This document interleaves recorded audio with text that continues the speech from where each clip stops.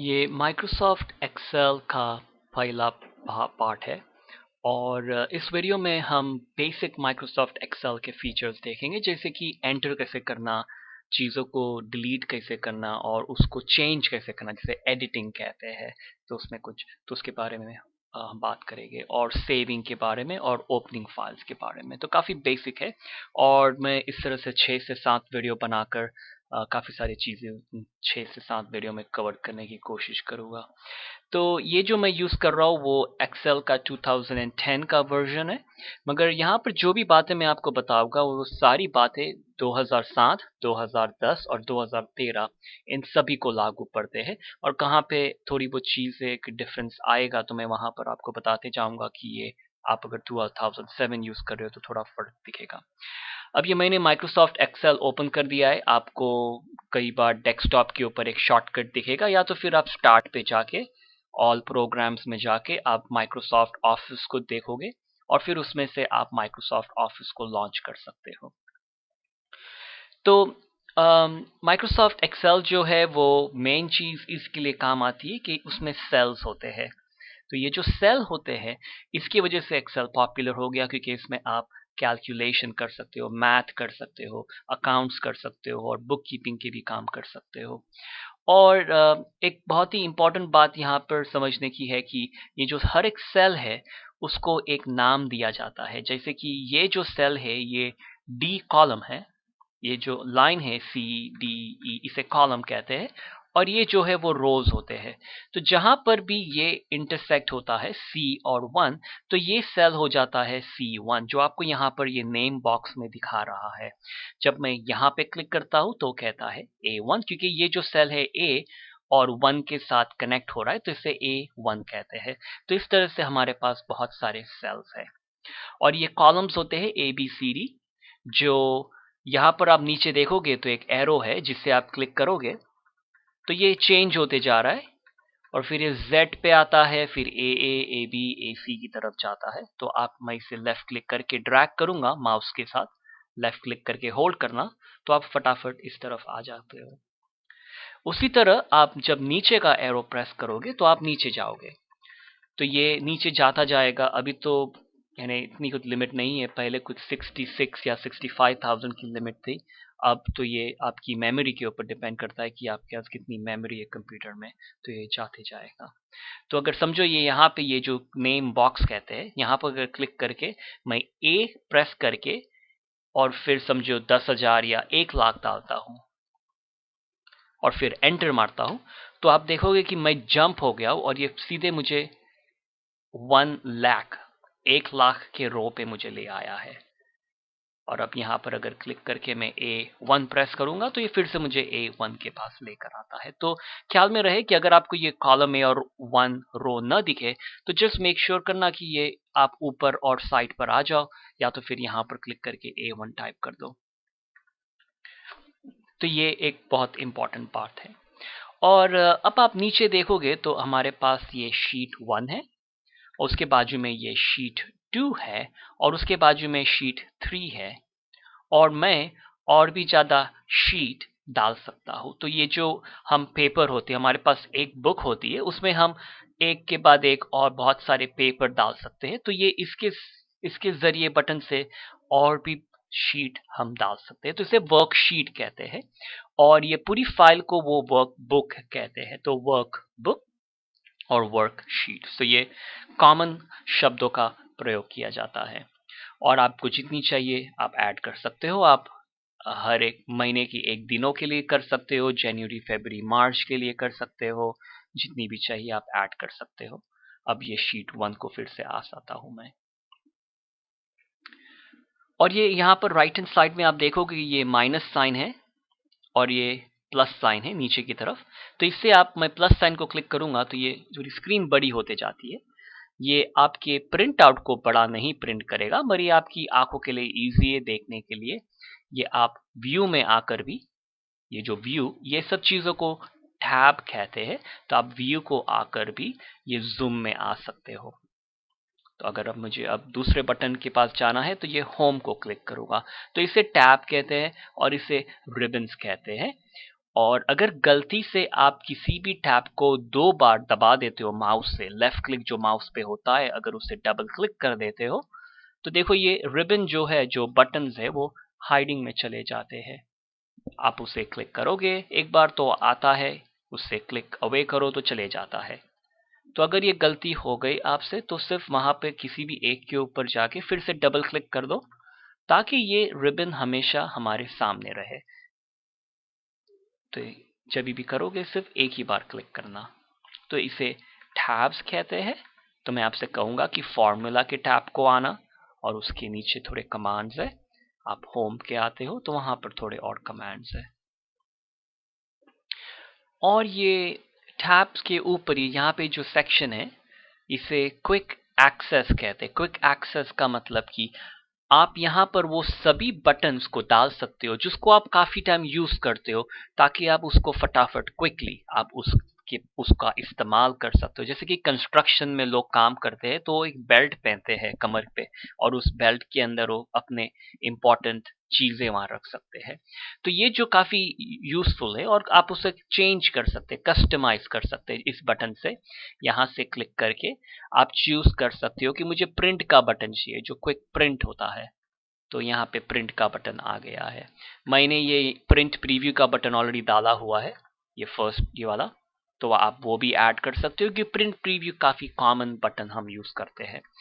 और बहुत सारे आप बटन ऐड कर सकते हो। अगर यहाँ पे लिस्ट में नहीं है तो ये मोर कमांड्स को आ जाओ, और फिर इसके अंदर आप यहाँ से जो बटन्स चाहिए आप उसे डबल क्लिक करें या एक बार क्लिक करके ऐड कर दे अपने लिस्ट के लिए। या तो फिर ये पॉपुलर कमांड्स मुझे बता रहा है, पॉपुलर मतलब जो कॉमन है, और इसे आप चेंज कर दे ऑल कमांड्स को।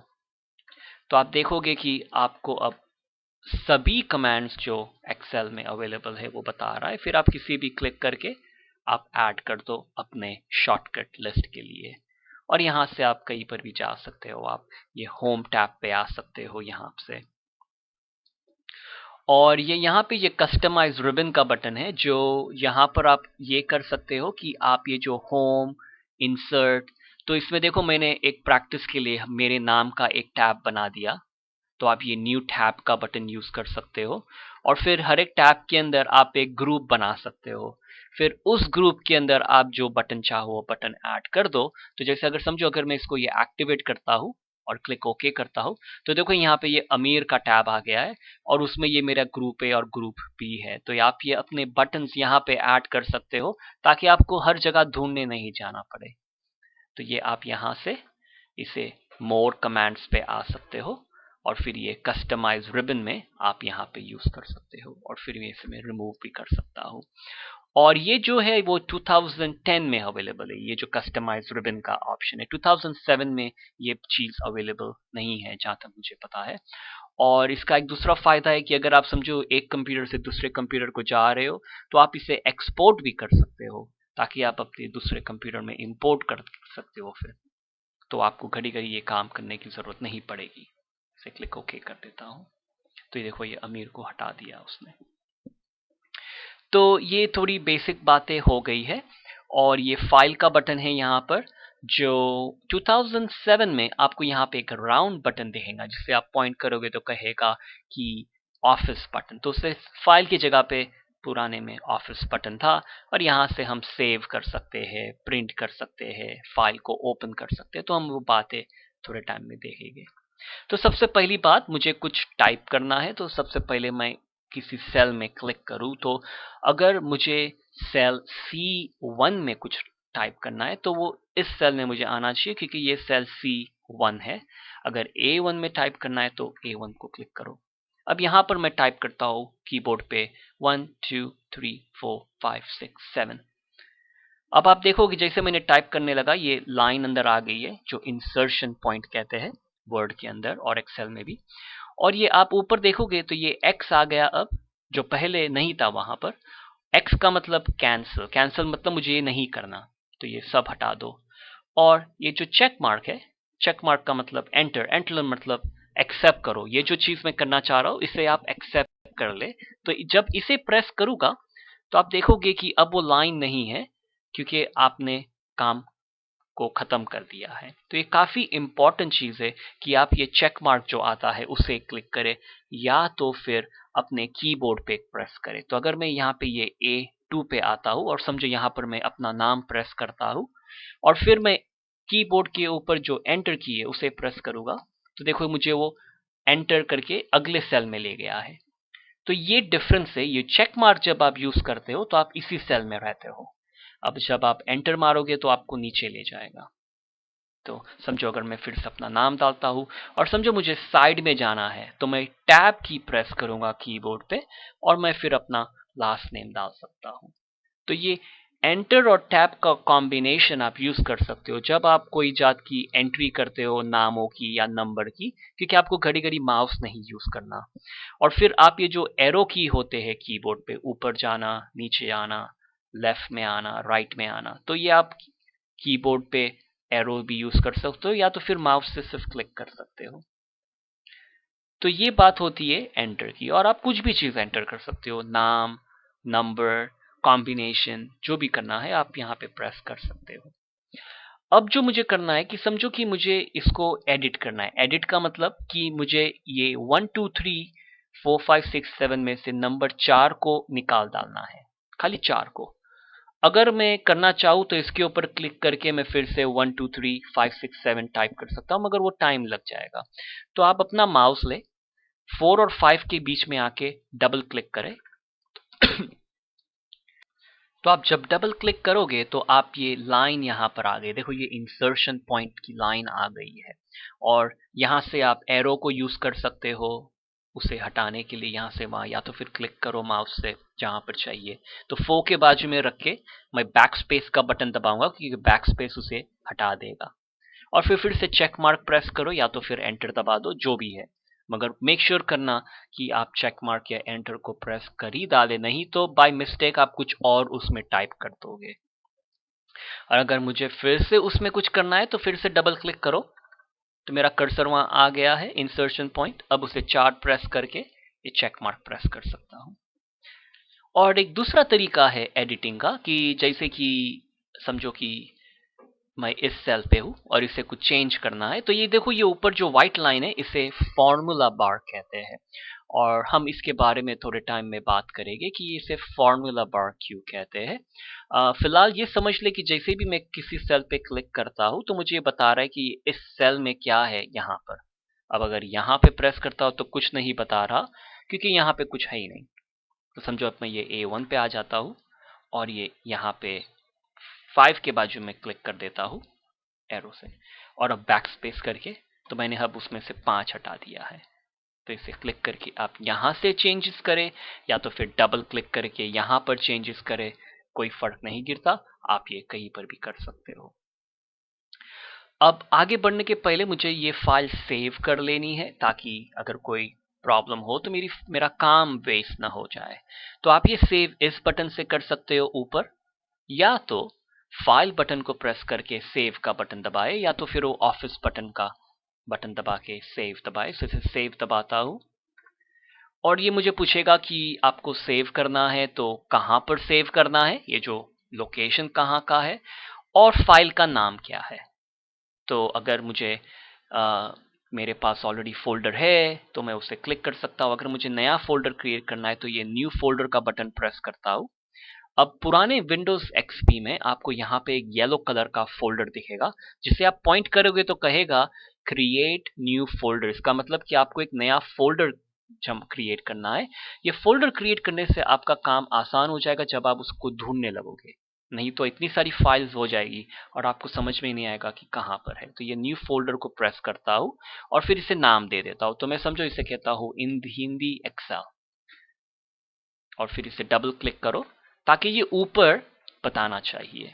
और फिर इसे सिर्फ मैं कह देता हूँ वीडियो 1।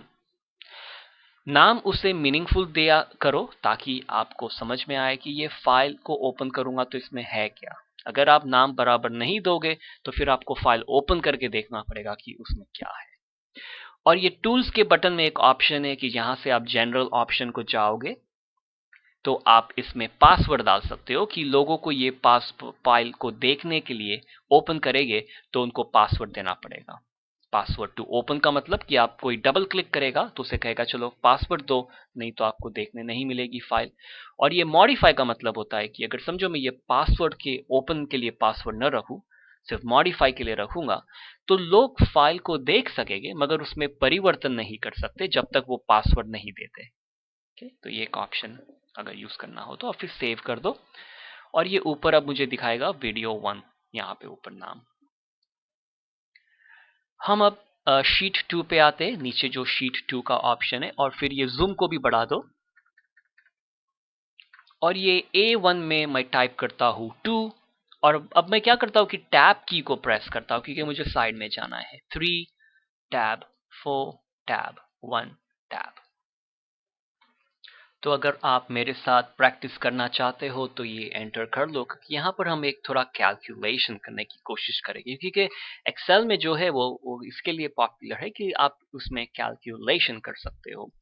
तो ये जो E1 का सेल है, इसमें मुझे एक सिंपल सा मैथ का कैलकुलेशन करना है कि 2 + 3 + 4 + 1 इसको ऐड करके यहाँ पे टोटल डाल दे। तो उसे करने के लिए आपको इक्वल साइन डालना पड़ेगा। जब आप इक्वल साइन डालते हो तो एक्सेल को समझ में आता है कि अब मुझे कैलकुलेशन करना है। मैं सिर्फ कोई नंबर नहीं डाल रहा, मुझे कैलकुलेशन करना है। अब इसमें कैलकुलेशन आप दो तरीके से कर सकते हो कि अगर मैं चाहूँ तो इसे 2 यहाँ पे डाल के प्लस साइन डाल के, 3 प्लस साइन डाल के, 4 प्लस साइन डाल के 1 डाल सकता हूँ। तो आप इस तरह से कैलकुलेशन कहीं पे भी कर सकते हो। ये गलत है मगर मैं आपको बताना चाहता हूँ कि क्यों गलत है। अब ये 1 के बाद कोई और नंबर नहीं आ रहा तो आप प्लस साइन नहीं डाल सकते, क्योंकि वो मैथ के हिसाब से भी गलत होता है। अब इसे यहाँ पे चेक मार्क करता हूँ। तो देखो ये मुझे यहाँ पे नंबर 10 दे रहा है क्योंकि ये रिजल्ट है सब चीजों के नंबर का। और यहाँ ऊपर देखो मुझे फॉर्मूला बता रहा है, तो इसके लिए इसे फॉर्मूला बार कहते हैं क्योंकि आप यहाँ पर अपना फॉर्मूला देख सकते हो। तो इसे मैं डिलीट करने वाला हूं, मगर ये गलत इसके लिए है कि समझो कि ये 3 का नंबर 10 हो गया, तो यहाँ पे ये नंबर मेरा अब गलत है, ठीक है। उसमें मुझे यहाँ पे डबल क्लिक करके अब ये 3 को मुझे चेंज करके 10 बनाना पड़ेगा, और फिर ये चेक मार्क या एंटर की मारो तो अब मेरा टोटल सही है, मगर ये काफी टाइम वेस्ट हो जाएगा। अब आपको ये पता है ये अंडू बटन, अंडू का मतलब कि पीछे के स्टेप पे जाओ, तो ये पीछे के स्टेप पे आ जाता हूँ। तो ये फिर से हम 10 पे आ गए, और यहाँ पर अगर मुझे ये नहीं चाहिए तो इस पे क्लिक करके मैं डिलीट बटन दबा सकता हूँ कीबोर्ड पे। डिलीट का मतलब कि सारी चीजें को क्लियर कर दो। आप अपने माउस से राइट क्लिक भी करोगे तो आपको यहाँ पे क्लियर का ऑप्शन दिखेगा, तो आप उसे क्लियर कर सकते हो, यानी सेल में जो भी उसे गायब कर दो, साफ कर दो। तो आप डिलीट बटन भी दबा सकते हो कीबोर्ड पे। तो अब ये वही कैलकुलेशन में करना चाहता हूं, मगर ये जो नंबर 2 है ये कौन से सेल में है? ये सेल है A1, यहां पर ये है B1, यहां पर C1 और यहां पे D1 है। तो हम जब भी एक्सेल में कैलकुलेशन करते हैं तो हम कैलकुलेशन करते हैं जो अंग्रेजी में कहते हैं सेल रेफरेंस। सेल रेफरेंस का मतलब हम यहाँ पे इक्वल के बाद हम इस सेल पे क्लिक करेंगे तो यहाँ पे टाइप कर देता है A1, क्योंकि ये सेल है A1, तो हम उसे रेफरेंस कर रहे हैं। इसका मतलब होता है कि हम उसे बुला रहे हैं कि उस सेल के अंदर जो भी है उसके साथ मुझे कैलकुलेशन करना है। फिर प्लस साइन डाल के मैं B1 भी ऐसे टाइप कर सकता हूँ, प्लस साइन डाल के आप चाहो तो क्लिक करो। क्लिक करने से क्या कि आप टाइप करने में गलती कभी कर सकते हो, तो क्लिक से कभी ये गलती नहीं होगी। प्लस D1, तो देखो ये कैलकुलेशन हो गया। अब इसे चेक मार्क करो तो ये आपका काम हो गया। अब समझो ये 3 को मैं चेंज करके 300 कर देता हूँ, और ये चेक मार्क करो या एंटर मारो तो देखो ये टोटल ऑटोमेटिकली चेंज हो रहा है। क्यों? कि E1 जो है इज इक्वल टू ये प्लस ये प्लस ये प्लस ये। तो ये चारों के सेल का कैलकुलेशन ये करता रहेगा जब तक कि यहाँ पे कोई नंबर है। गलती से अगर मैं यहाँ पे अपना नाम डाल दूंगा तो वो बोलेगा कि मैं ये कैलकुलेशन नहीं कर सकता। अभी समझो यहाँ 4.25 डालता हूँ तो ये वो भी कैलकुलेशन करेगा। 3 4, तो ये फिर से 10 पे आ गया। तो ये इसके लिए एक्सेल काफी पॉपुलर हो गया है। और आप कोई भी टाइप के कैलकुलेशन कर सकते हो। मैं यहाँ पे क्लिक करके टाइप कर सकता हूँ इक्वल, ये सेल मल्टीप्लाई, ये जो साइन है ये मल्टीप्लिकेशन का साइन है कंप्यूटर के लिए, और फिर समझो इसके साथ, तो ये 4 मल्टीप्लाई बाई 3, तो ये 12 हो जाएगा।